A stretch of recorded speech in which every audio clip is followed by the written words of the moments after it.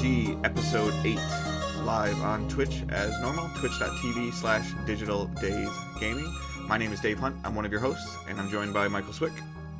I'm here, post-game awards. Got a lot to talk about yet again after having a couple weeks of kind of nothing. Yeah, so 2 weeks of news. Yeah, so it's always good when there's stuff going on, and then it's gonna get light. It's gonna get real light. Yeah, I was looking at some stuff, and I'm like, wow, it's gonna get really, really light here pretty soon. Especially with like where Christmas falls this year. Like people probably aren't even gonna be in the office on that Monday.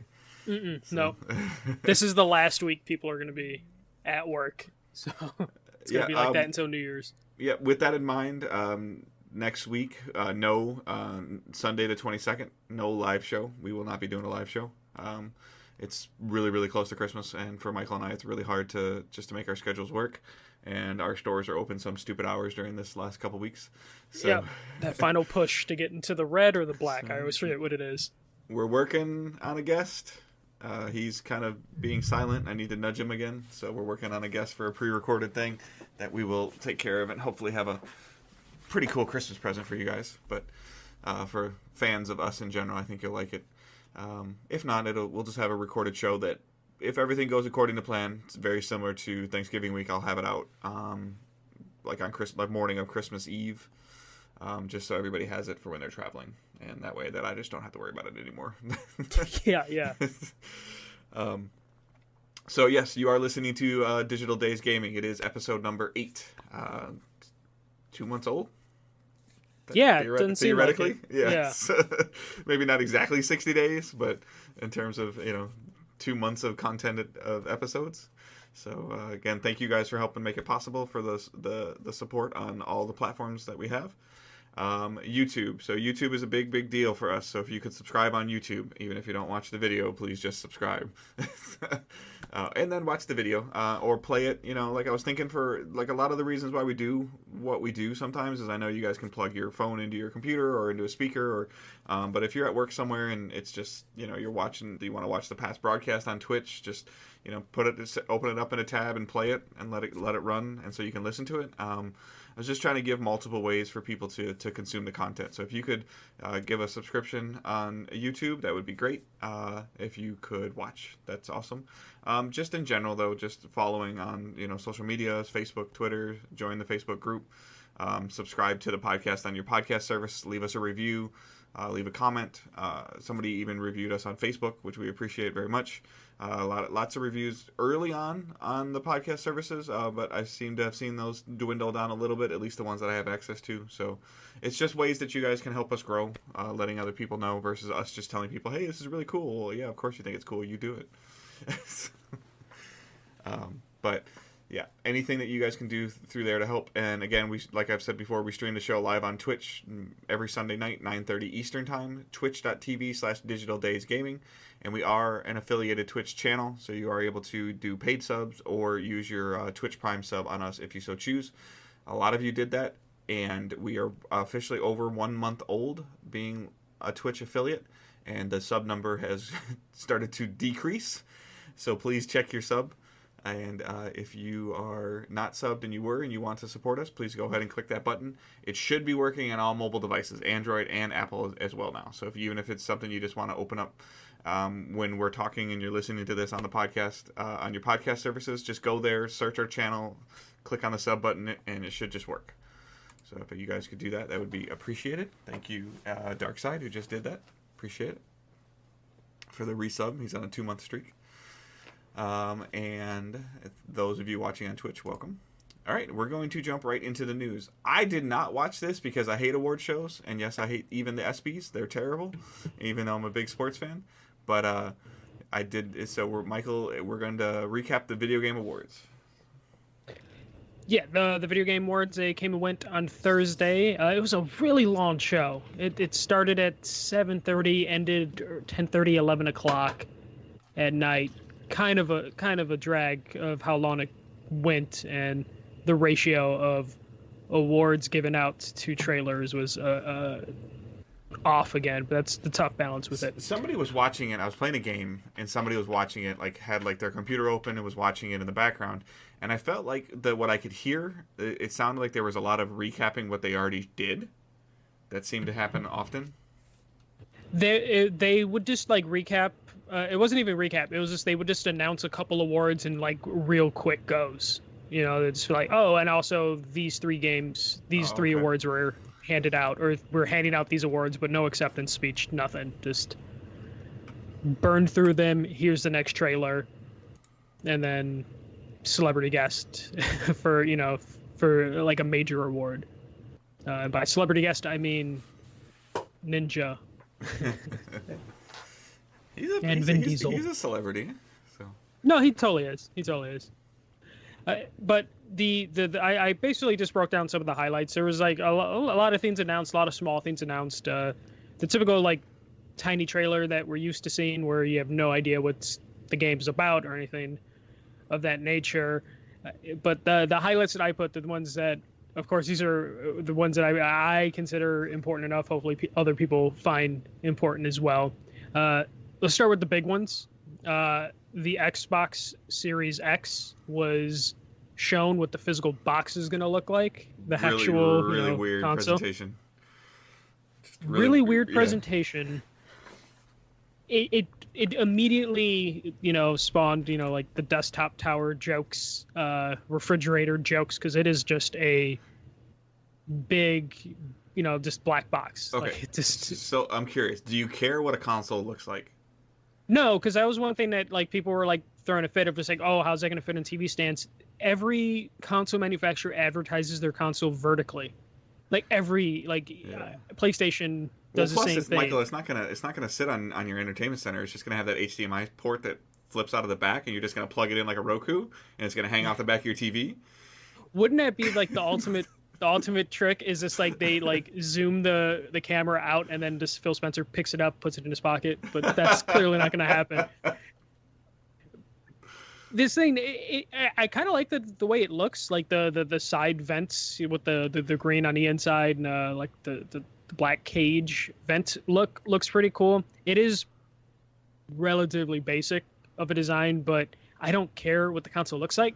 Well, are you surprised? Are you surprised though? Like, here's the deal. Like, so we've seen that quote unquote leaked dev kit version of the PS5, and the thing looks like a box fan. Yeah. And as we're hearing more and more and more that the architecture of these consoles are changing to a PC, one of the biggest challenges with PCs is cooling. Is how the systems are going to cool and having space. And yes, like the PS4 Slim is nice, but if you set it on your desk and you're playing God of War, it sounds like your desk is going to roll away. my Pro, every time I load up Call of Duty, it sounds insane. There's a lot of things in a small space, and if they can make something that looks similar to I guess a PC tower, which is what it looks like, which means it could have probably more ports on it. We've been talking about having more USB ports and more, and you want the optical port, and they want the optimized ports for sound and for audio and for functionality.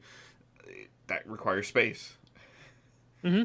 So it requires space, and you don't need to get crazy creative. Most people just put it on a shelf on their entertainment system and never look at it unless they have to put a disc into it. And people complaining that, oh, it's not going to fit anywhere. We don't have the actual dimensions of it unless that was released otherwise, then I apologize. But it's advertised vertically, but you're going to put the console horizontal. Everyone does that unless you have like a really nice display or the room to put the console vertical. Palmer. Yeah, Palmer definitely has the space.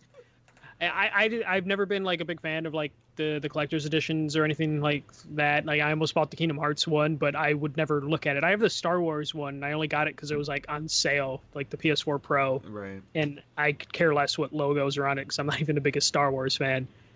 So I don't really care what it looks like. Hopefully it's not too gigantic, because I'm assuming a PS5 will be in a similar size. Mm-hmm. Hopefully not that god-awful V, which I know it's not going to be that V. Right. Because that's just a dev kit. But I only have so much space. I guess the only good thing is these are backwards compatible consoles, so you can like safely just discard your PS4 or your Xbox One. But I mean, I think ventilation is going to be a big thing this gen, like in terms of like how these systems need to breathe, and You know, like if you look at a PC cooling fan in a PC, like that thing would take up 25% of the upper half of my PS4. Yeah. So, I mean, like, I don't. If it means that my system has to be bigger to function better, like, I'm fine with that. Yeah, for the most part, I'm fine with that too. I could, as long as it runs efficiently and it doesn't sound like a jet engine, I'm happy. These will probably still sound like jet engines after a little bit of time. Mm-hmm. But I still don't never understand that. Like, I don't hear my desktop at all. I guess that there's more room for it to breathe. 4 times the size. Yeah, but it's doing way more work than the systems. Yeah, but look at all the space that's in there, though. Like Yeah. when I started messing, and my buddy was helping me, adjust and build the PC for me. Like, there's space in there that I'm like, what? Like, was there supposed to be more stuff in there? Because I'm kind of one of these people, like, oh, it's like a cabinet. Like, let's fill the cabinet up and fill the shelves up. And he's like, your card needs to breathe. And I'm like, okay. And he goes, and there needs to be like an airflow function to it. And he was telling me, like, don't put this right on the carpet. You know, you need to have it slightly elevated off the ground. If you have one of those like metal shelves that can sit off the ground a little bit, like that's the best thing for it. Because mine vents from the bottom, I believe. Yeah, I think mine in my old apartment, it was a carpeted floor, so I had like this little 2 wood tiles from when we had extra tile from when we tiled the kitchen, and I just had that holding, or the PC on top of it. And then I use right now, or actually not right now, I just have my PS4 on top of my tower, under my desk. But before, I was just using a cheap shoe rack off Amazon, and I put it under my desk. Yep. Because I don't sit too close to my monitor, so I don't need to like push my chair in too far, just to keep it out of the way. So. Yeah. So with the Xbox One X, they also showed up. Yeah, Series X or Xbox SX. Do you think that's the final name? I hope not. The current rumor is like that's going to be the high-end model, and then they're going to have an Xbox Series S, which would be the Lockhart model, which would be the more affordable model. Which sounds kind of crazy. We did have someone ask in the questions about what we think price is going to be, and I think that's going to be really dependent on if Xbox does 2 models at launch, because then there'll definitely be like a $300 or a $400 model and a $500 model. I don't think PS5 is going to have a Pro right away. They might wait a little, maybe I think like that, 2 years. Yeah, they might wait and see feedback and see maybe what features people are thinking that it's missing. Yeah, but I guess Xbox wants to move into that direction where they have the rebranding of their models, and it's just a little call it confusing. Xbox then, okay.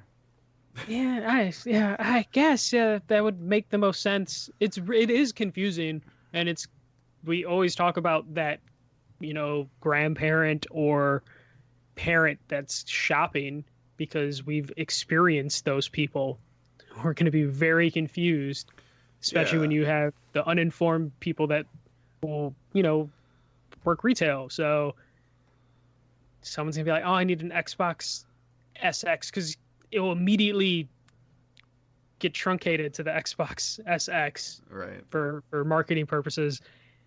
And people are going to get confused, and it's going to be up to Microsoft to just pull the old consoles off the shelves at that point, just to make sure there's no confusion. Just kind of like how the iPhone, they'll keep a couple generations out at one time, but it's kind of hard to buy the older model unless you go like a prepaid route. Mm-hmm. So maybe Microsoft just pulls those off the shelf and focuses on the new models. But I doubt that, because there's still people that would want to buy like a more affordable model. Right.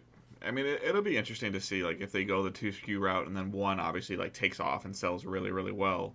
Then there's going to be the perceived uneducated consumer that thinks that they're price gouging, and then the poor retail worker is going to have to explain to them like, no, this is the upgraded model. And it's just the initial surge of it is just very confusing. Because like when you look at two different phones, like that's the everybody's like, well, Apple's been doing it for years, and Samsung's. You look at a Samsung Galaxy 10 and a Galaxy Note, there is a substantial visual difference. Mm-hmm. When you look at, and even the PlayStation Pro to the PS4, there's a visual difference. Yeah. I've seen an Xbox One X and an Xbox One, and I don't know if you put them both in front of me right now if I could tell you which one is what. I think that the X is a little bit bigger, but it's not a substantial visual difference in terms of the form factor or anything. I think you're right with that. So my concern would be if there's going to be two of these towers out there, are they going to look identical? Is one, like the easiest thing for them to do it, obviously, like just do a color difference, like one being black and one being like a gray, like a light gray or a slate gray. But I don't know if somebody's going to want that. They're probably going to hate that too. Like, I could see them doing black and white.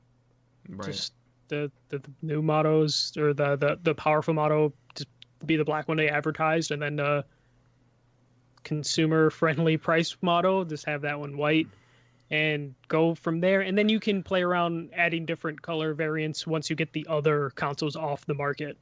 I just hope that their marketing focus is on the value price point one. Not necessarily the value price point one, but like their opening price point.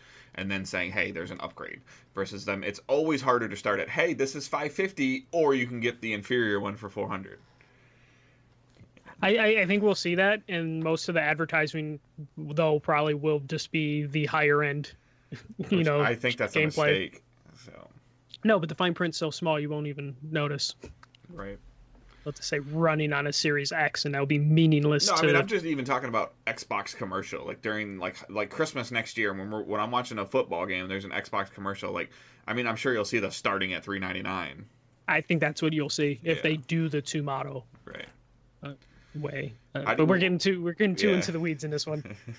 How do you feel about them showing it at the Video Game Awards? It was weird. I was really excited when I first saw it. I'm like, holy shit, this is really big. But by the middle of the awards, I almost forgot they did it. They didn't have anything to show really outside of Hellblade 2. Do you think it forces Sony's hand at all? I don't think so, because I feel the reason Sony isn't really pushing that is because they're still selling really well during the holidays, PS4s and PS4 Pros, that they're just like, let's just wait till we get out of the holiday season and then do a big blowout around GDC. Okay. Just like they did that with the PS4. Then they wait until February or March. Yeah, because the other thing that actually happened at the Video Game Awards that hasn't happened, and we were talking about it last week, is that somebody said PS5. Yes, they did. So Xbox Series X, they showed off Hellblade from Ninja Theory, or Hellblade 2, which I'm super hyped out. I loved the first Hellblade. But as soon as someone pointed out on Twitter and said, does Hellblade really need a sequel? I realized it kind of doesn't, but it looks really cool, and I will play anything Ninja Theory makes. Okay, so I got a question for you now. So when did Hellblade come out? Roughly 2 years ago, I believe. It's 2 years now? Mm-hmm. Okay.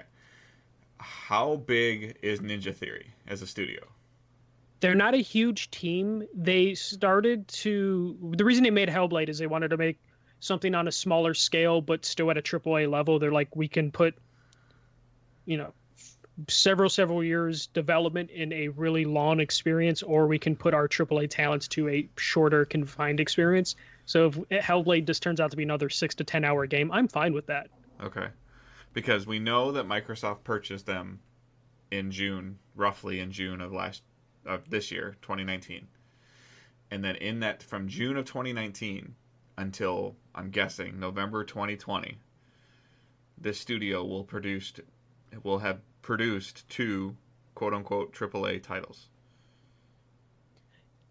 So when they announced that they were going full independent, or they were going to do the AAA experiences on a smaller scale with Hellblade, they mentioned that they had broken the team into little smaller teams that were working on games, which is why I think they're going to be able to break out Bleeding Edge, which is their multiplayer game, or Bleeding Cool, I forget what it's called.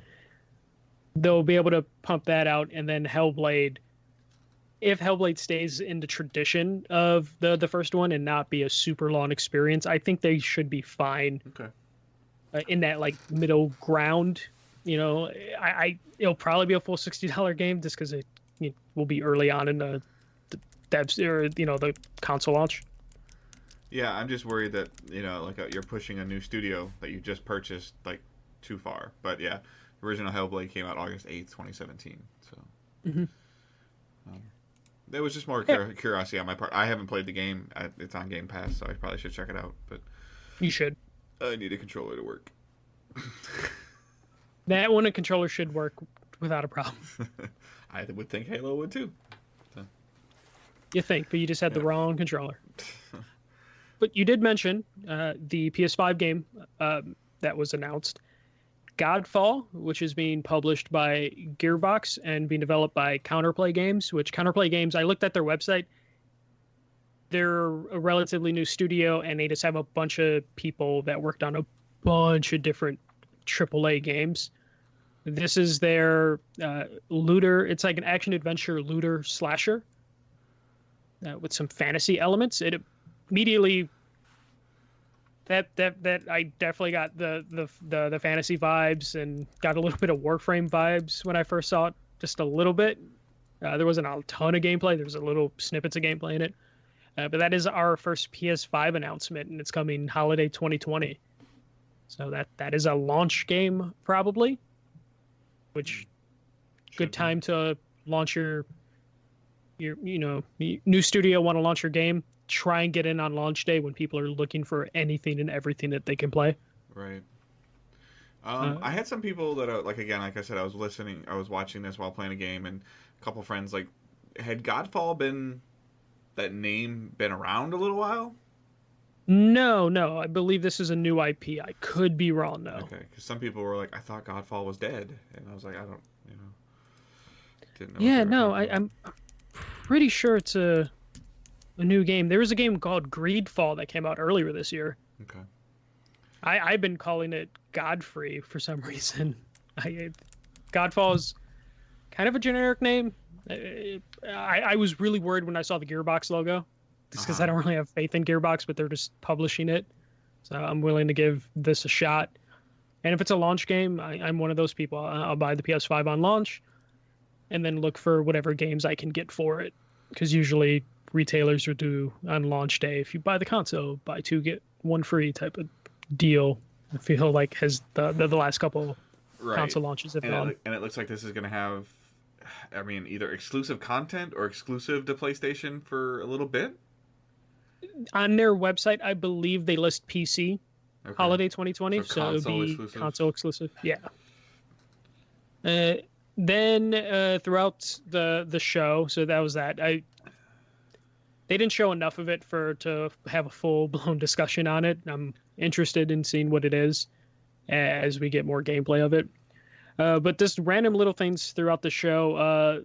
So we got 2 teaser trailers for the League of Legends offshoot games, which Riot announced earlier this year. They're working on a fighting game and multiple games in the League of Legends universe, because League of Legends has hundreds of heroes and has some really cool lore, and they're going to finally use that lore in other games or other style games that aren't MOBAs in hopes of getting people into the MOBA. Because you might fall in love with the character and be like, oh, I want to play League of Legends now and see all the other heroes. So we got 2 teaser trailers for those games. No clue in how far along the development is for most of these games, because they kind of just started to announce them this year, a couple months ago.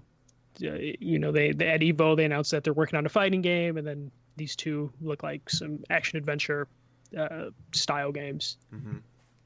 So it's good to see Riot doing something, because there's been a lot of talk about Riot working on other games that aren't League of Legends for a while now, so we're finally starting to see those. Yeah.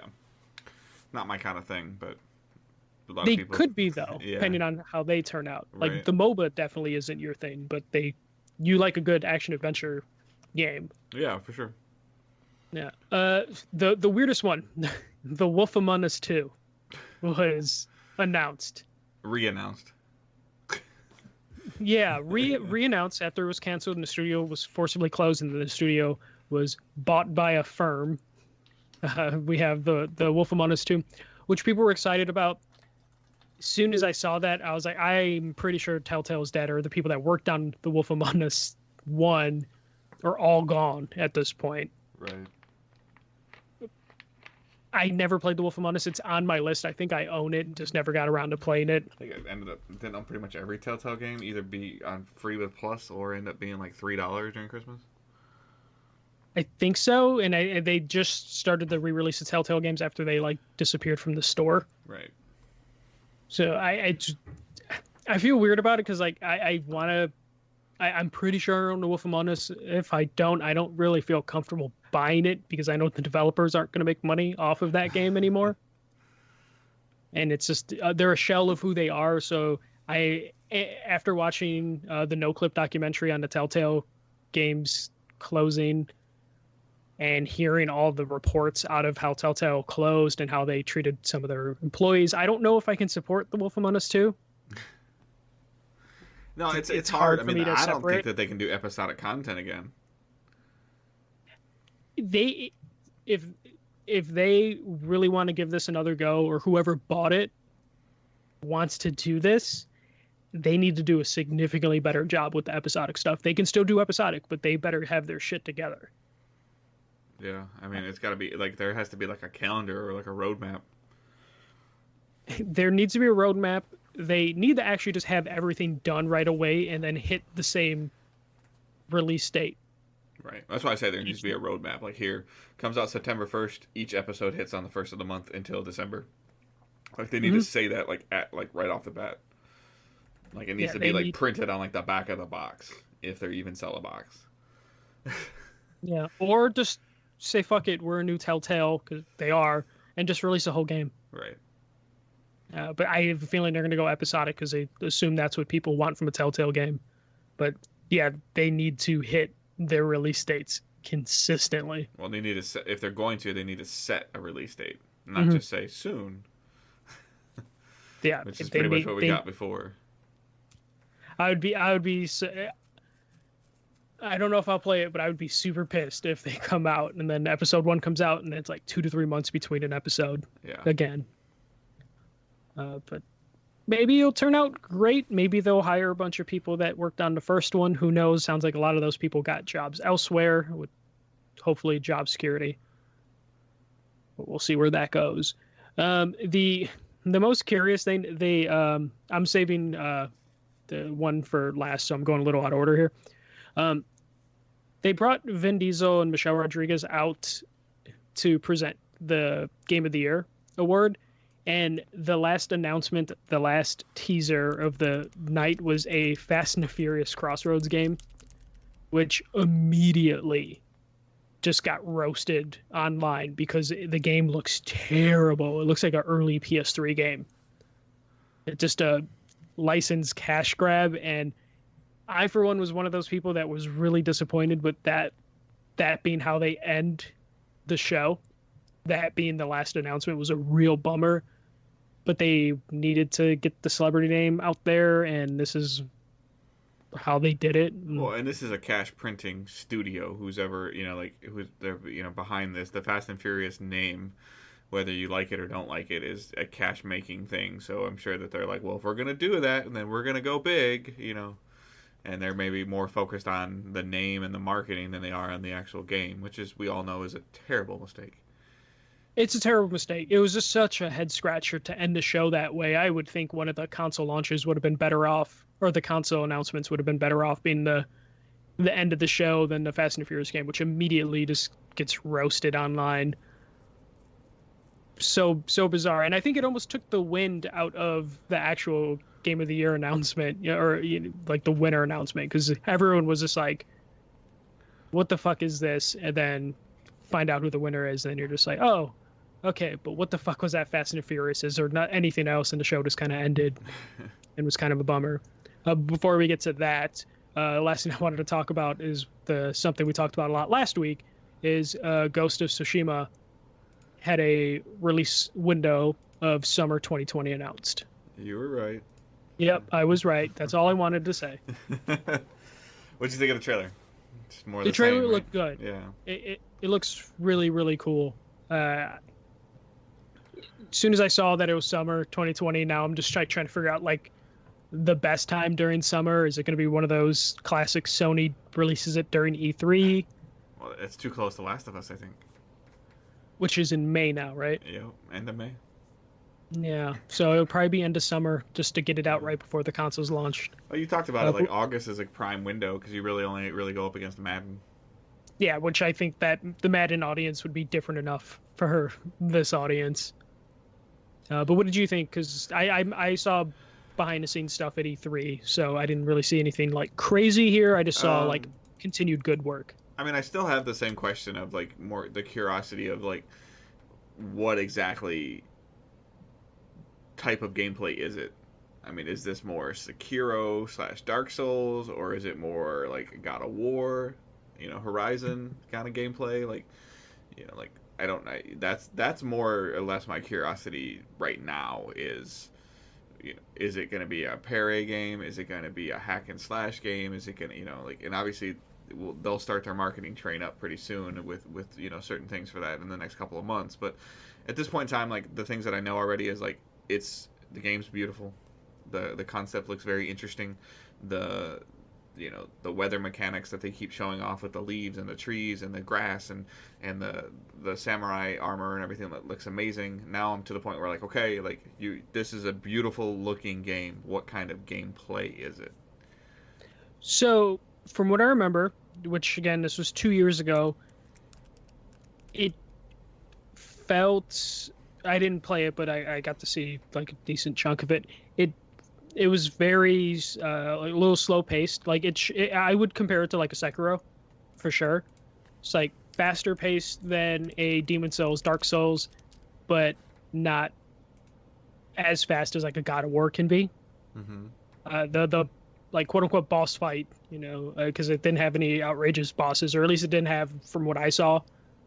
It was a sword fight 1-on-1 that was very timing focused and parry focused for that like encounter I saw, but there was a lot of stealth action in between like that boss fight, so it's kind of in between like the what you were mentioning. So like I would compare it to like a Sekiro, or keep it in that range. Maybe not as difficult, just because I don't see Sucker Punch doing like a hyper difficult game, Right. or Sony wanting to do that. Even though they did, publish Dark Souls, I don't see them, or not Dark Souls, Demon Souls. I don't see them, or Sucker Punch specifically, who have always had games that are very welcoming to the general public. But It's yeah. a large change of direction for them from the infamous franchise and a third-person action-adventure game to where this is a third-person combat game. Yeah, I think it probably will still have some of their like some elements from their old games, but when I talk to them, they seem very excited to do something a little different. They learned a lot by doing their open world games, and this will probably be pretty open, or not as open as their previous games, but big environments to play around in. Mm-hmm. But they seemed really excited to like kind of not necessarily get away. Get away sounds like a bad thing, like they wanted to run away. To move forward from the infamous. So. Yeah, to move forward and try something different. So I'm excited for it. I'm sure it'll be an entertaining game. Yeah. But yeah, Sekiro won Game of the Year, which was kind of shocking. Absolutely. I was happy. Yeah. I mean, I'm glad that something like this does, because this game caught a ton of heat when it first came out for not having any kind of difficulty modes or anything like that. Mm-hmm. And for it to... We talked about... I don't know if we talked about it or not, but with Keighley's relationship with Kojima and Keighley being in the game, there was a lot of speculation that of, like how these Game Awards might play out, and Keighley had to come out, and Jeff Keighley, I'm sorry, had to come out and say, I don't have any direct impact on this. I don't have any direct impact on the nominees. I'm just producing the show. It's all public driven. And I almost feel like he was in a situation where, like, even if Death Stranding won, like, it couldn't win. I could totally see that. I never expected Death Stranding to win, but It's I really, I know don't know if everyone it was should have great. been even a nomination. So like I don't feel like it was there. The game that I think kind of got shafted overall from everything I heard about is Outer Worlds. Um, Yeah, people were expecting that to do bigger. Well, because there's other categories that Outer Worlds should have won it, like Death Stranding kind of won in. Like Death right. Stranding's a good game, if you're into that sort of game, but it was weird anytime Death Stranding. Like I would have been shocked if Death Stranding won Game of the Year. So it was Death Stranding, Sekiro, and what else was? And Outer Worlds was up too, right? Yeah, Outer Worlds, Super Smash Brothers, which if this was a fan vote, Super Smash Brothers probably would have won easily. Mm-hmm. Yeah, Sekiro, Super Smash Brothers. Okay. Oh man, my Yeah, that's mind is fine. just Yeah. blanking. Outer Worlds, Sekiro, Smash, Death Stranding. I mean, it was only Yeah, what, 5, maybe 6 nominees overall. yeah. Oh, and Control Oh, was that's right. nominated Yeah, as yeah. well. There you go. Yeah. There we go. That was So, it. yeah. I mean, I'm happy. Like, I hope that like this, lets developers know that you can, go a different route. You don't have to go the casual, everybody and their mom can play this game style, and still, be successful. And I hope it shows that publishers that they should let their developers develop. That's the immediately when I saw Sekiro 1, I was like, maybe this will motivate Activision to try something else from time to time because everyone was shocked when they published this or they had a partnership with From Software. But then Activision is just like their stock's like at an all-time high right now because of Call of Duty, so it's like probably not going to be the direction I go to in the future, but it shows them like a path But I think that a they lot of can people are take. going to check this game out because it won that award. Oh, for sure. And I've already seen a lot of the sales. I think most of the Game Awards stuff was on sale on PSN, Yeah. Xbox, and Steam. So there's definitely people that are going to try out It a always lot of these it always games. looked really cool to me. My friend Johnny is playing it now. He bought it. I think he bought it like on Black Friday, and he's very, very, very, very good at video games. And it's frustrating. This game is frustrating him. So I know for a fact it would frustrate me. So I might just stay away from it. Yeah, my friend has offered to let me have his copy, and every time it's like I just don't have patience for that. I might try it, but it'll be like Demon Souls, which I played like 3 hours. Right. I bought the collector's edition for Demon Souls on PS3 day one, and played like 3 hours, and it's like, yep, nope, nope, this isn't for me. Yeah. I just can't do it. But yeah, this should motivate people to try it, and I like From Software as a studio, so I'm happy that they won. Yeah. Because I don't know if Super Smash Brothers would have won, that would have been kind of disappointing. I wasn't the biggest fan of Death Stranding. Outer Worlds, I really like Outer Worlds, and Control. Control Yeah. might be my game of the year from this year. I keep going back, making my own personal list, and Control is always like in the top 3, usually in the top spot. Yeah, I mean, I like that. Some sequel or big name, didn't, like, and even though Activision published it, like, this is still a cool studio to win a Game of the Year award. It's not a, Mhm. it's not a mega studio or anything like that. So that's awesome. Yeah. But yeah, that was it. The Game Awards kind of took all the news for the Game Awards, between the State of Play, Nintendo Indie World, and the Game Awards. We kind of covered everything. Yeah. And then now the video game industry will go to sleep for 2-3 weeks. It's probably like a month actually. So. Mm-hmm. All right, so we're gonna go into what we're planning watching. I'll start. So I tried to stream it a little bit, but I did check out and dive pretty deep into Destiny's new season. It's called Season of the Dawn. This has a deep connection for me because like the Destiny 1 lore was always kind of a big deal, and hearing about certain things. And I play Titan a lot, and you're trying to save Saint 14, which is what a lot of the theme around this is. And I was really curious about how this season was going to work because of just it costing $10, and they produced a roadmap, and how much story content is really going to be in this. Is this going to be, it's like, is it $10 worth of content? Like, is it more? Is it less? Is it how people want it delivered? And I feel like those results are mixed right now. The first day that I played, Tuesday, I did play for a good part. I was off work. I did play for a good portion of the day, probably 8 or 9 hours. And I don't really feel like I did it's hard to say this, but I don't really feel like I did anything.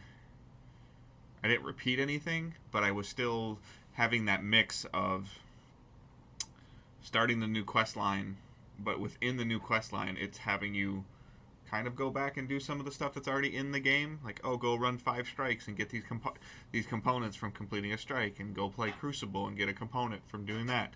And then, you know, like, we're trying to repair things, and the way they have you repair things is to play the similar content. But the expectation that I had going into this was very low. Like you and I have been talking about this for a couple of weeks of how this was going to work, and up until they showed that trailer, like, I wasn't even like fully bought into it because I didn't know how this seasonal content was going to work. There is a couple, like, there are very, very few brand new story missions where you're going somewhere. You are going back to Mercury, which is a planet that you've been to, like, all the way back to, like, vanilla Destiny 2. And it's just the free-to-play model that they have going, and the system that they're trying to put in place where there's items that players can do that don't own the season pass, and then the stuff that you can do if you do own the season pass. It's still really weird, and I think a lot of people are having a hard time adjusting to it because of the way that the content was delivered for so long. So where this is being delivered differently now. This is 100%, in my opinion, worth more than $10, what I've played so far this week. There's new weapons to grind for. There's a lot of weapons. There's new things that are going to be added next week at Reset.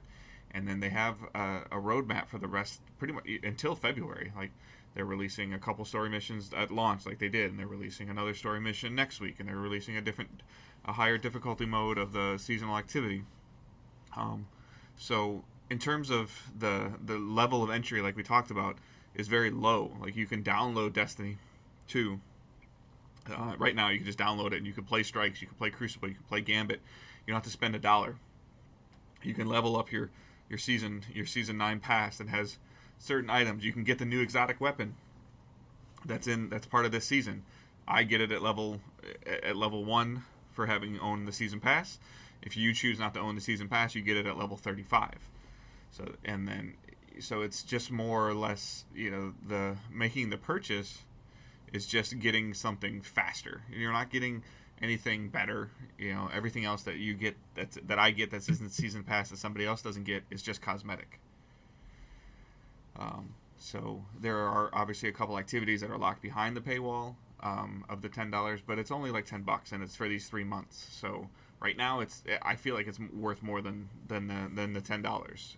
Is that going to last the whole 3 months? Probably not. Or is the Destiny community as a whole going to just chew through this content and have frustrations with it? Yeah, absolutely. They are. That's what they do. So, but I'm enjoying it right now. But again, I do enjoy the game. I was having this conversation with somebody the other day, and I can't think of a better shooter this generation. Like, you know, like somebody was trying to, like, and I played a little bit of Titanfall 2, and I need to kind of finish the campaign, but, you know, like, people were saying that maybe, you know, a couple were saying that Titanfall 2's, you know, shooting mechanics, and I was like, okay, I'm not disputing Titanfall 2's story, but mechanically, the various different types of weapons that are in this game, and the weapons that do so many different things, you know, whether it's a grenade launcher or a breach grenade launcher or a sidearm or an SMG or an auto rifle or a pulse rifle or a sniper rifle or a rocket launcher or a linear fusion rifle. There's so many archetypes in this game, and they all work, and they all work well, and they all work like they're supposed to work. So, I mean, that's pretty much consumed a lot of my week was Destiny. Like I said, I'm pretty much at the point where I'm annoyed and frustrated enough that I'm not going to really mess with Game Pass until I can get a controller that I just know that works, and I'm just going to get an Xbox controller. It'll probably be after Christmas by the time I get it, though. So, and then I'm going to dig into Game Pass a little bit more. I need to go back to Fallen Order, but my Origins did actually expire today. But the nice thing is I can re-up it when I'm ready to go back to it, and I'll have everything there. So that'll probably be something I'll pick up in a little bit. Watching today, my wife and I, because she was kind of interested in it, we rewatched all 6 episodes of Mandalorian. I was only like 3 in, so like 4, 5, and 6 were new for me. It's it's cool, like the stories that the arc that they're trying to tell, of what he's doing. I don't necessarily want to spoil it for anybody if you're not really paying attention to it or you're behind. I still don't 100% know what's going on, and I think that's half me not being like super into Star Wars, and half the way that they're telling the story in the show. What I am finding a little bit concerning is it's very short. Each episode is very short. It's like 30 minutes, 35 minutes. Oh, really? I thought it was like a 45-minute sort of hour. I think my wife pointed out, she's like, oh, this one's, she's like, this episode's only like 32 or 30, 31 or 32 minutes. I'm like, well, the screen says like 40 minutes. And she's like, there's like 6 minutes of credits every episode. So, and then plus the recaps that are there and stuff like that. So it's roughly about a 30 or 35 minute show. It's not super long. But I am enjoying it. I haven't really had a chance to watch very much other television, just because, work and just working on some stuff. And I played a lot of Destiny. So I know not everybody's a huge fan of Destiny, but I'm not even going to apologize for it anymore. It's the game that I love and I enjoy playing, and I'm going to continue to play it. So.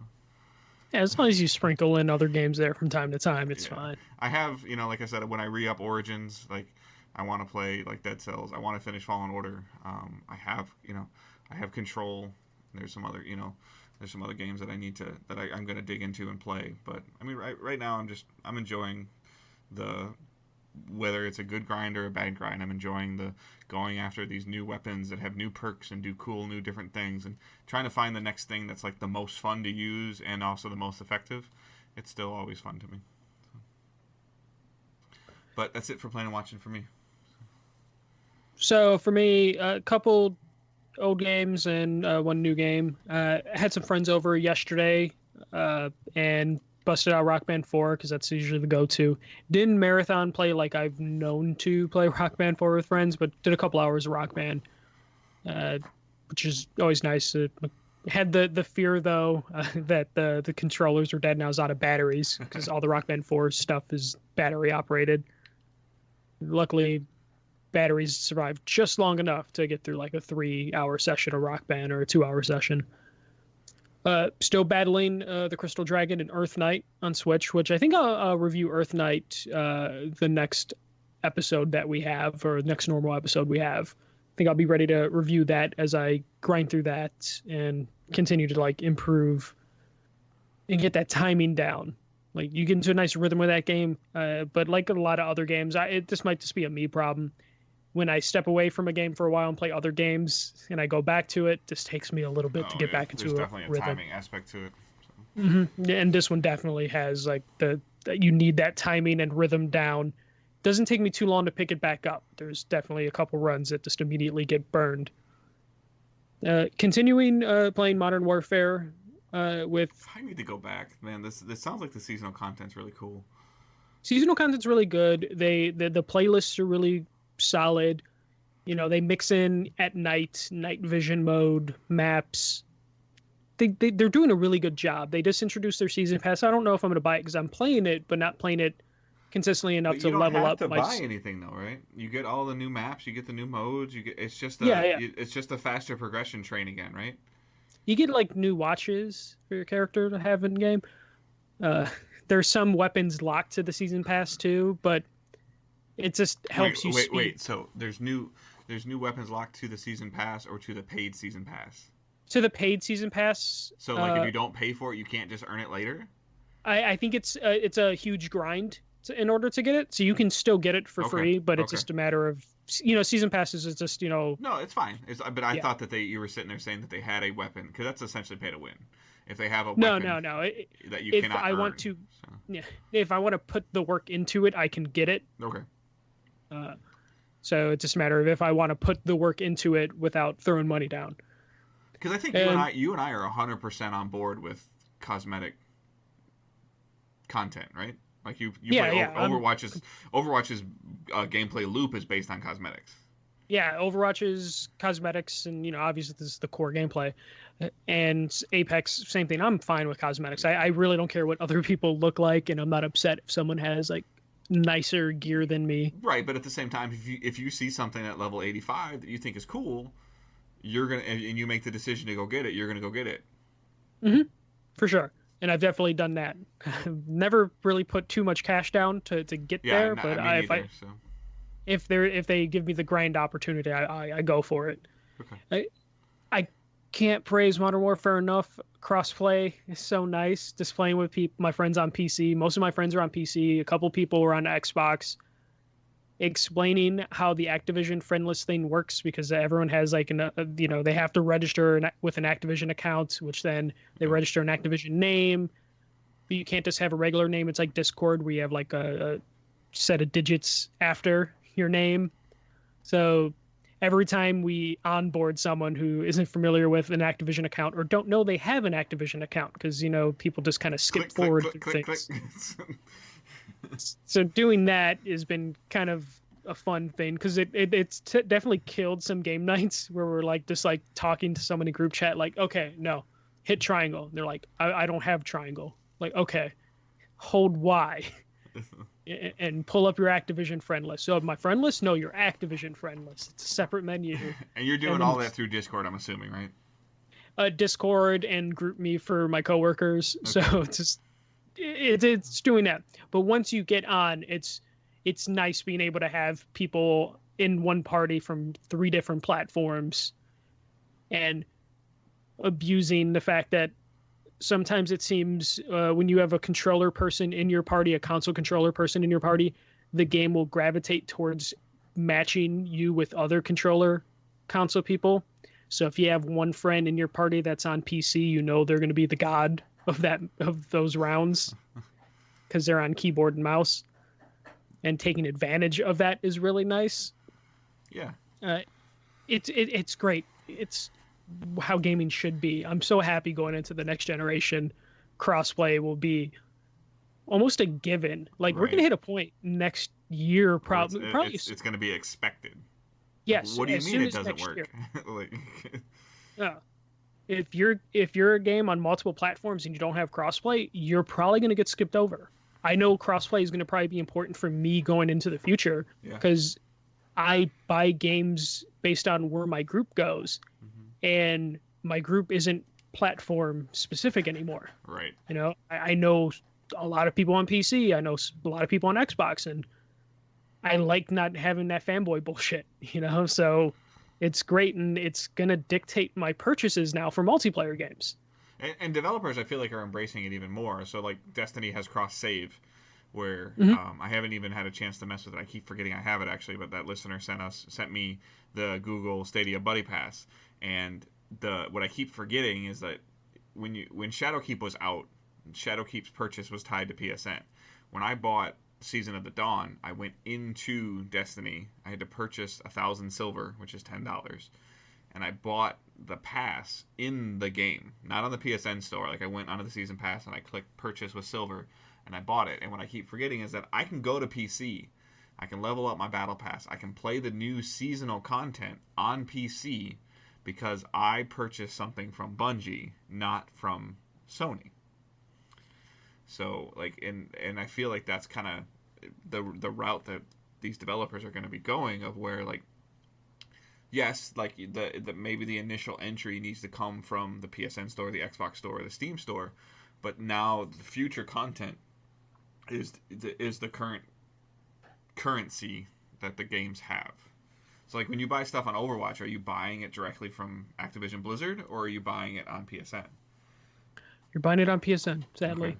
Yeah. But when Overwatch 2 comes out, right, I totally, now at this point, expect Overwatch 2 to be cross-play, or I can take my stuff from PC to console, because I did buy Overwatch twice. But I haven't had to purchase Destiny on PC at all. Mm-hmm. Like, I downloaded the free-to-play version, and I couldn't play the Shadowkeep stuff. I couldn't play a lot of the Moon stuff, but I could play, last season, I could play the Vex offensive stuff. I could do the strikes. I could do the Gambit. I could do the Crucible. Now, that content, that Shadowkeep content, is still there, and it's a necessary thing to be there for the leveling system, but it's not the current focus of what's going on, and I can play the current focus of what's going on both platforms. So if you're on PC and you're listening to this, I need Steam friends. So It's my Steam is the same as my PSN. I think my Steam is good Dave Hunt. So please add me on Steam and let's play some games. I'm gonna buy Darksiders hopefully after Christmas too. I want to check that out. So sorry. No, it's fine. And then the last game I'm playing, I got sent a copy of it. It's called Fight and Rage, and this is a classic like 2D brawler like Streets of Rage, Final Fight type game. Cool art style. They do the thing that I'm always a sucker for, where you can you can mimic a CRTV and it has like that round shape to it, and like you can see the screen reflected off the sides. But this is just a straight up like classic 2D game. Pixel art. It seems like it's gonna be a pretty deep game. I just got it like yesterday, so I haven't played too much of it. But the game's supposed to have like multiple endings based on what happens during your combat, or during your playthrough. It's like 1 to 3 players, so I'm gonna try that out. Local only. I played maybe like 45 minutes to an hour of it over the last day because I had people over and then I had work today, so wasn't a lot of time for it. I'm enjoying it. Like the combat is solid. I like those type of old school games. I grew up on like the Streets of Rage, Final Fight combat, gameplay. So it's pretty cool. The only thing that kind of freaks me out is the first character you get is a girl named Gal, and the boob physics for the pixel character are freaky. They're very freaky. It's this very bouncy boob physics on a pixelated character. It's just super weird, freaks me out. But other than that, fun game. Probably going to play other characters because it's just a little too over the top for my taste. Okay. I'm playing it. I don't know why. Like soon as I played it, now I was like watching. I'm like, okay, start moving around. I'm like, oh, this game looks pretty cool. Like the art, the trimmings around everything is good. But then I kept noticing that character. I'm just like, why does it do that? Why is it moving like that? It's like some fucking Dead or Alive bullshit going on with it. But outside of that, good combat, pretty fun. The soundtrack is like that 90s metal sound that you would find in the games that it's, paying homage to. I picked it up on PS4, or they sent a PS4 copy. I believe it's on Xbox One and the Switch and PC. Reviews for it seem like it's pretty favorable, so I'm hoping I get into it. I'm planning to stream Tuesdays at like 4 Easterns, like consistently. So I'm probably going to run through some of the indie games on Tuesday. So I'm going to probably play a little bit of this on stream. And we'll probably send those over to our YouTube channel so to archive them. So hopefully I can get a little bit more into this game and then maybe do a full review. But I do plan to at least stream this game because I like the brawler genre. One thing I do like that they do to take up like some of the screen real estate, they have like a speedrun counter, which will, just it tracks how long you're beating the levels, but it also or beating the game, but it also breaks it down by levels, which I think is like pretty cool if you're like super serious about speedrunning or just want to see how fast. You like kind of lap times or check times, right? Mm-hmm. Yeah, exactly. Yeah. It gives you that, and it's just in the right hand corner. And you can just keep track of that. And I totally, it was only 45 minutes and I died a couple times, but each time I died, I was just like, oh, let me see how fast I can get through this first stage, because I did this first stage like 3 times. And, shaving time off every time was, it's kind of cool. Just another little thing to like track yourself and, get better at. And I noticed on the menu, there's a lot of question marks, so I'm assuming there's like several different modes, or not several, or at least a few different modes, because as soon as I got through like the first and second stage, a one-on-one mode popped up where I guess I can fight like a CPU boss battle sort of thing, or I can battle like a co-op partner one-on-one, which I'm interested to see how that works out for like a 2D brawler that's not a fleshed out fighting game. Right. But yeah, we'll probably talk about this a little bit more next time. And then again, I'm going to try and stream it since I got it. I'm timed now that we're getting a little further closer to the holidays. We're also getting away from the holidays, like at least the heavy portion of it. So my schedule is kind of lightening. It's getting thinner. Thank God. There's still going to be spots over the next week where it's going to be like intense, but like I'm starting to see the light at the end of the tunnel through this holiday season. I don't know if it's like that for you. Yeah, I mean, we'll see how it goes, but I mean, like, it's just for me, it's trying to figure things out. Like, just in terms of just the holidays, like the real life battle. Like, a messaging with a listener the other day, and they're like, it's so nice to hear about, like, for you to other people to be like, man, it's just hard to try to play games during this time of year. You know? It's crazy. And then if and we're just talking about like work, but we're not even talking about like there's people that are going to have to travel for the holidays. Mm-hmm. If you have to do like multiple like holidays, with like different parts of the family, like it's pretty intense and crazy. And we're crazy people who want to play the latest, greatest games. And my backlog stack, which I'm now just going to keep in like a pile of shame next to my desk instead of putting it on the shelf, just so I can remind myself every time I load something up that I probably shouldn't. That I have a stack of games to play that I bought on Black Friday and non-Black Friday, like Death Stranding. I'll get to that, get back to that eventually. So I can form a full opinion of why I don't think it's that great. And then watching still going through Dragon Age's Inquisition. I think we hit like the 40-hour mark, which is just crazy because it doesn't feel like it's been 40 hours. Mm-hmm. And that's it. Still rewatching Buffy. Just finished. We're like halfway through season 2 of that. And that's about it. I didn't realize Silicon Valley like is over already. Like I was waiting for the new season. Then I was on HBO Go this morning, and it's like, watch the whole series now, and season 6 is just there. I'm just like, shit. When did this happen? So I have to marathon that when I get some time. But that's it for me. All right.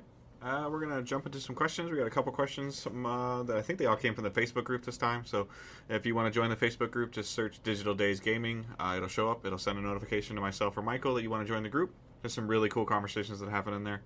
And then you can also just send us questions using hashtag AskDigitalDaysGaming or AskDigitalDays, the hashtag, or something to the extent of AskDDG.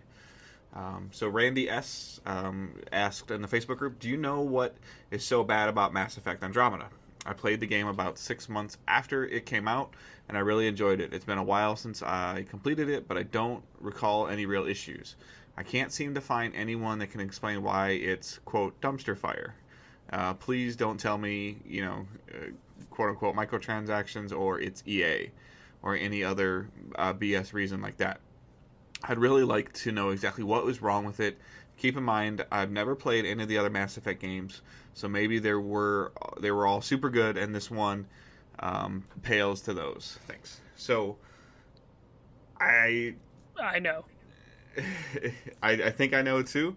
The first part, just from my understanding of talking to a lot of people that were fans of Mass Effect, is that this was BioWare's like B or C team that was working on this. Nobody was really working on this that was from the original Mass Effect trilogy, correct? Yes and no. So yeah, you are right. It was led by the B or C team, or the B team. I think they're just 2 studios now. They used to be 3. I think actually this was the 3rd studio, and they closed after this. Right. But yeah, it wasn't worked on the A team. The A team riddled with tech issues at launch. Yeah, the A team had to jump in to like finish it up. But yeah, it was a buggy mess. It was a technical mess at first, and outside of the technical mess, Mass Effect, the original trilogy, set up like a whole universe, multiple universe sort of thing. There's so much you can play with, and they kind of just tried to just make another Mass Effect game. Try and some people say like the new Star Wars trilogy is trying too hard to be the old Star Wars.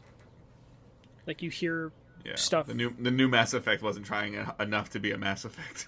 Yeah, it wasn't taking chances, taking risks. It just felt kind of cookie cutter. But I think the big thing was technical reasons. And if I'm not mistaken, I could be completely wrong on this.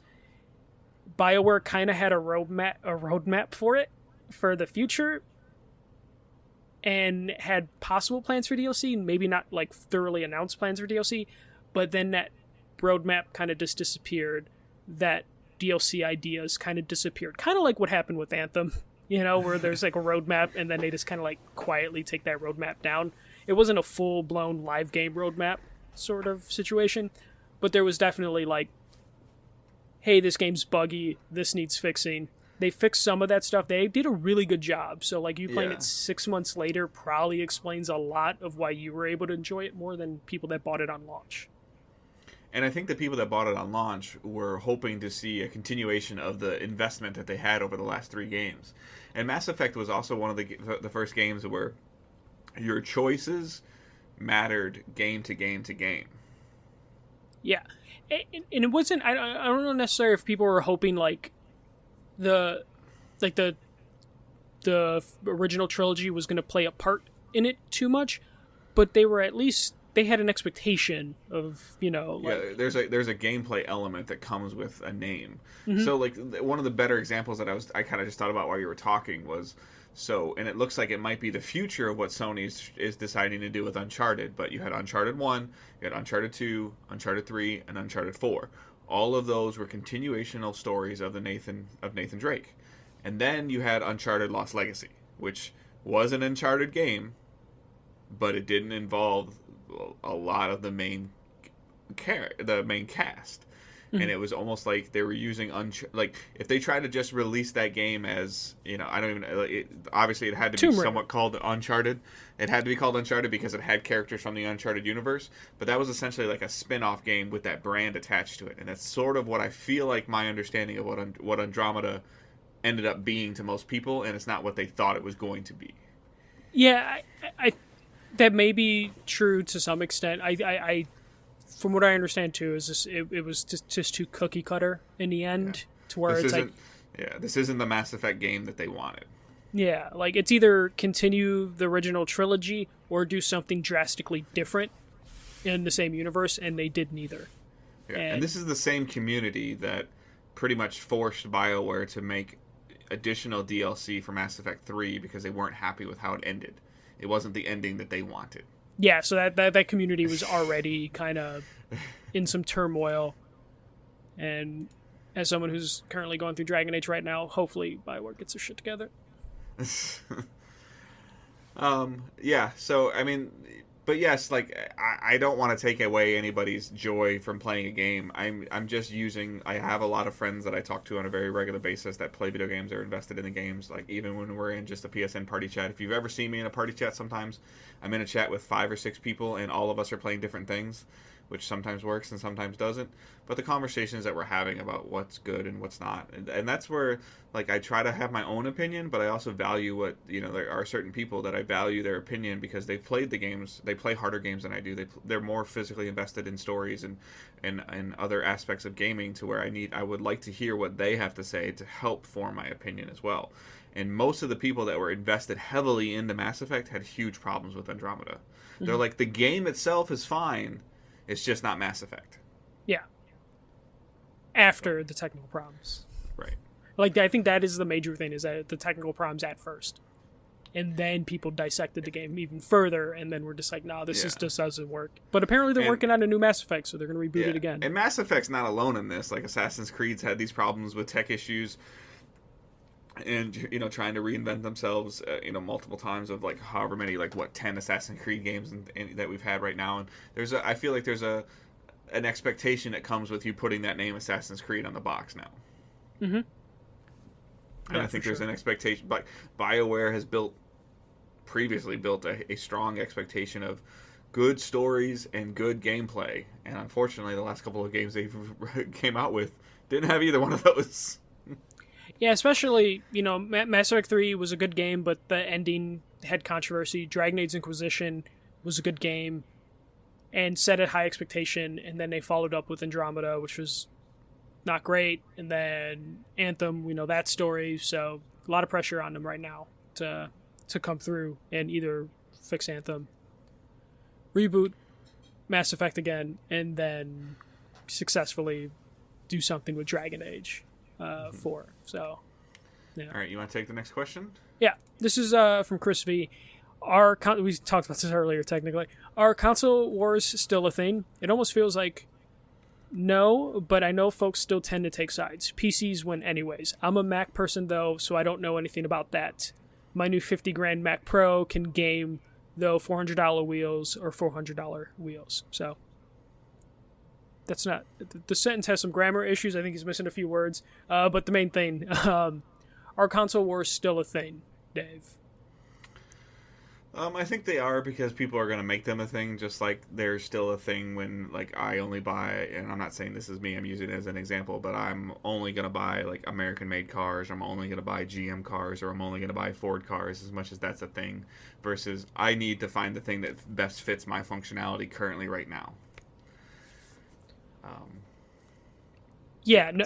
Yeah, go ahead. Yeah, I console wars were a thing for me when I was in high school. Now I'm older, and I could care less what console wins in the end, and just want good games to be there. I feel like console wars are important. Obviously, when you invest in a console, especially now, they're expensive. I see the mentality of, like, I invested $500 in this thing. This thing better be the best thing ever, and I'm going to convince people this was a good purchase and not a mistake. So I feel like that's where the console war actually really is. It's just people justification of purchasing. Yes, just there are people that are going to be diehard about that Atari thing that stole everyone's money that hasn't released yet.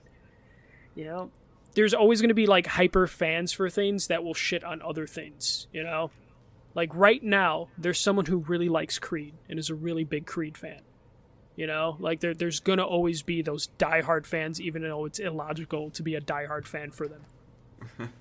Yeah, I mean, I think it's just a matter of, like you were saying earlier, like, where your friends are, what you're into, what offers the most entertainment value for you, and the landscape has been changing so much with, like, free to play games, and, like, the stuff that we've been talking about today of how they're not about that aspect is still there of here's a 30-hour game, here's a 12-hour game that's amazing, that costs $60, and then here's something that you can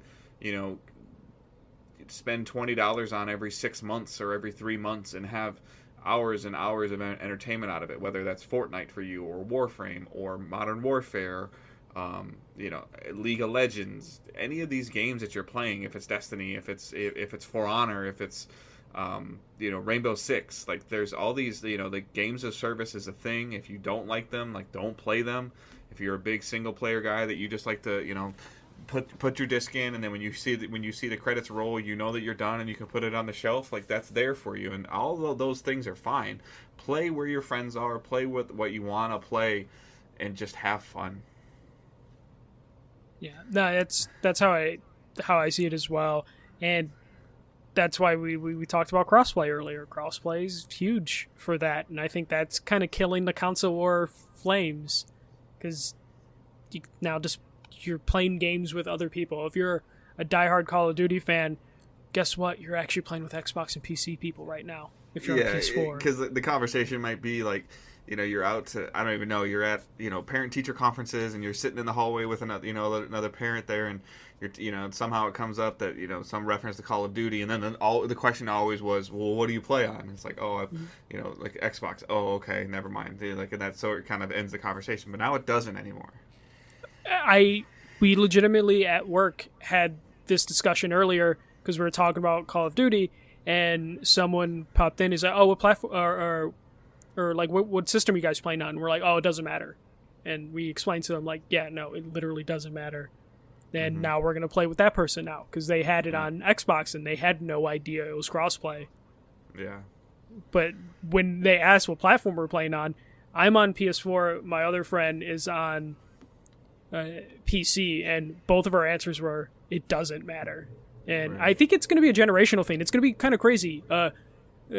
The video game version of OK Boomer is going to be the fanboys. The fanboys are going to go off, and we're just like, oh, okay, whatever. Shut the fuck up. Big marquee games right now. Call of Duty is crossplay. Fortnite is crossplay. Some of these other games are starting to become crossplay. Like, I would assume that EA is probably going to be the next. at this point in time. They're going to look at the success of Call of Duty, and there's no reason why the next Battlefield game shouldn't be crossplay.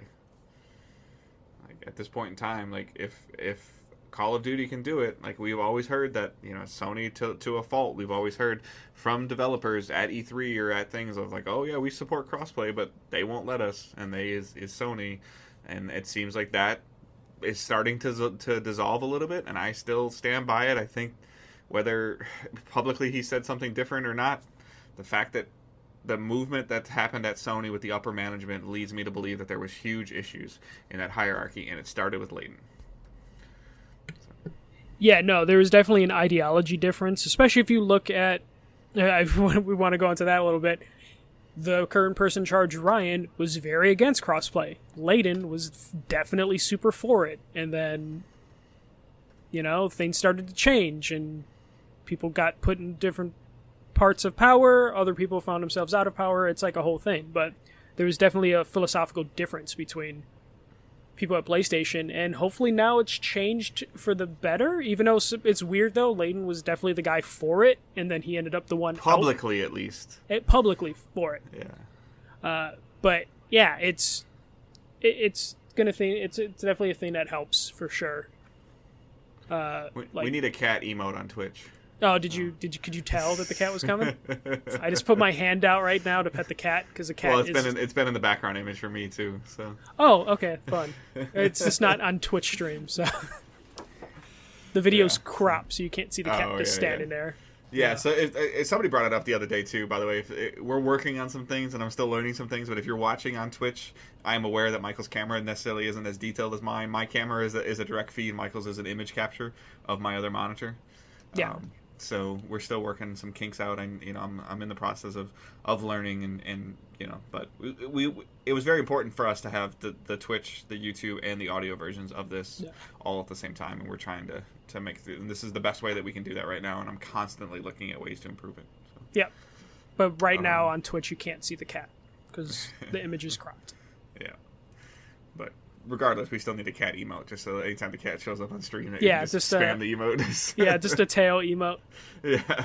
So, all right. Last question of the night is from Angela, my wife, and she prefaced me with this question before she even posted it, and I have no idea the answer to this myself. So, what is one gift that you really wanted as a kid and you never got? As condescending as this sounds, for the most part, I can't remember me not getting something that I really wanted. I came from a pretty well-off situation, but I also never really asked for anything outrageous. And if I did ask for something outrageous, my mom and dad would just tell me, like, that's not going to happen. So I was thinking about it for the most part of the day today, and I can't. There's nothing that springs to mind right away. I mean, we got a Super Nintendo for Christmas. I got a Nintendo 64 for Christmas a couple years later. My dad was always a huge advocate of, like, go rent the game for 2 or 3 weekends, which is crazy to me that he's like, go spend, $20, $25 to make sure you really like it, and then we'll go spend $60. And I'm like, what? So, but for the most part, he was, growing up as a kid, and even my kids are learning it too, is like, if you can make a justification for exactly why you need something and the reason why it costs, a certain amount of dollars, and he understands that reasoning, he'll make the purchase. For me, I'm kind of the same way. Not the well off part, but I never really asked anything for Christmas. I'm always just the type of person, I don't really like receiving gifts because people expect like a certain emotional reaction, and I'm just not really capable of emotional reactions like that. Most of the time people will give me a gift and they think I hate it because I'm just like, oh cool, thanks, this is what I wanted, and that's the extent of my reaction, and people expect like a way bigger emotional reaction.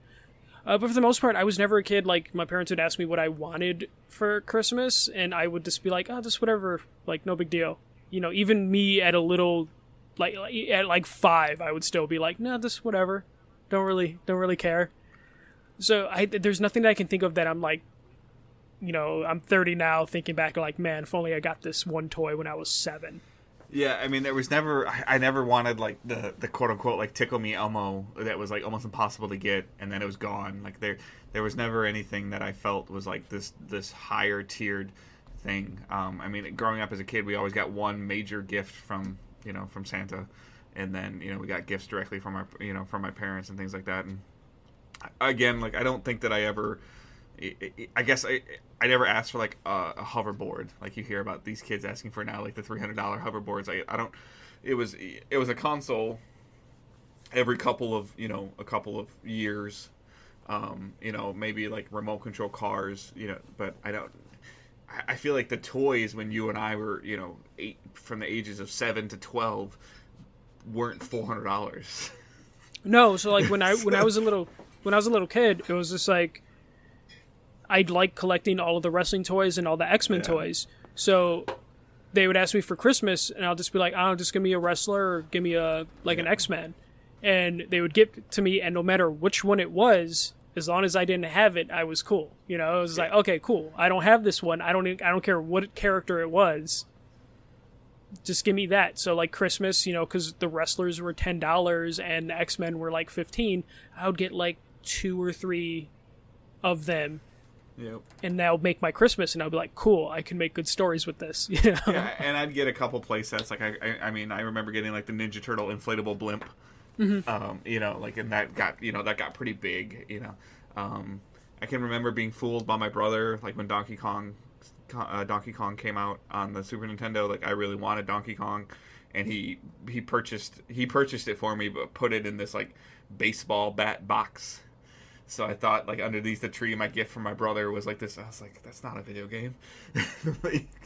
So, I mean, I remember that. My brother's, I mentioned it before, my brother's 10 years older than me. So, like, when I was 12, he was obviously, like, 22, 23, and he would be he was in the service, and he'd come home for Christmas, and he'd always, want to know what we wanted, and trying to help with, those things. And so I never felt, like, out of place, and I know it sounded a bit like my dad had a great job, and my parents still run their own business. So there was just this quote unquote extra money that they could make sure that they always took care of. They planned very well. Like they manage their finances way better than I ever did, and currently do.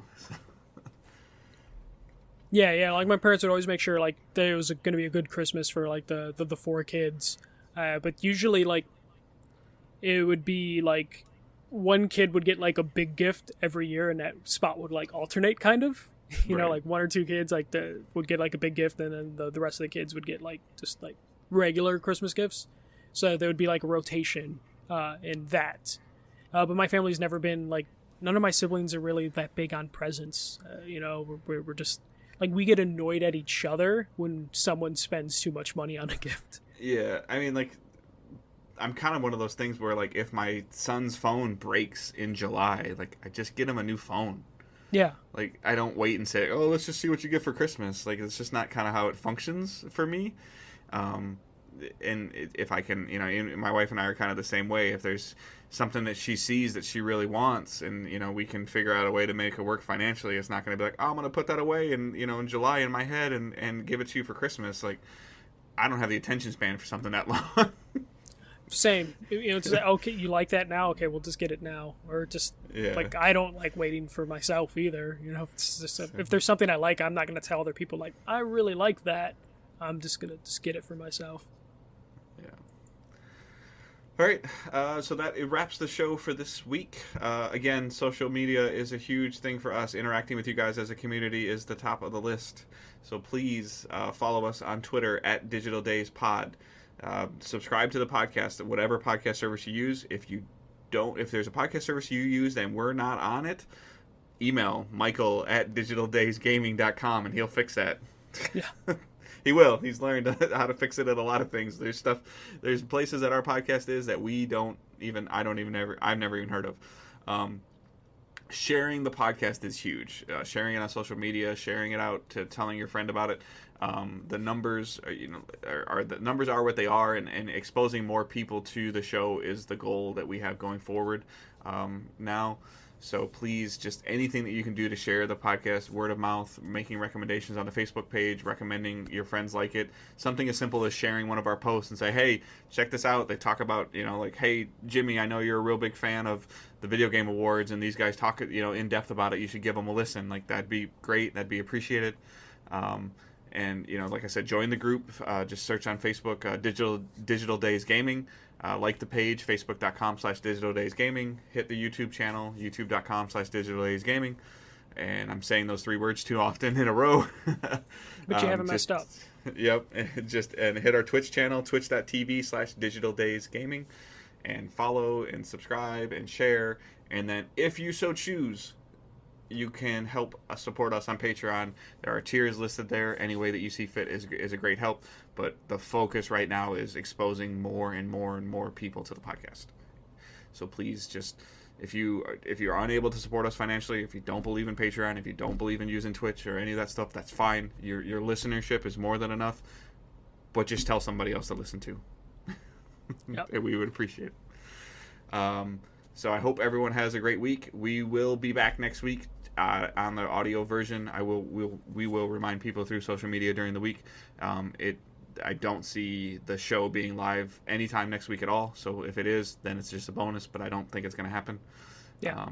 And we'll try to stream when we can stream. But we're looking forward to 2020, trying to get on a more of a standard schedule for you guys from a streaming standpoint. Like Michael mentioned, on Tuesdays at 4 o'clock for him.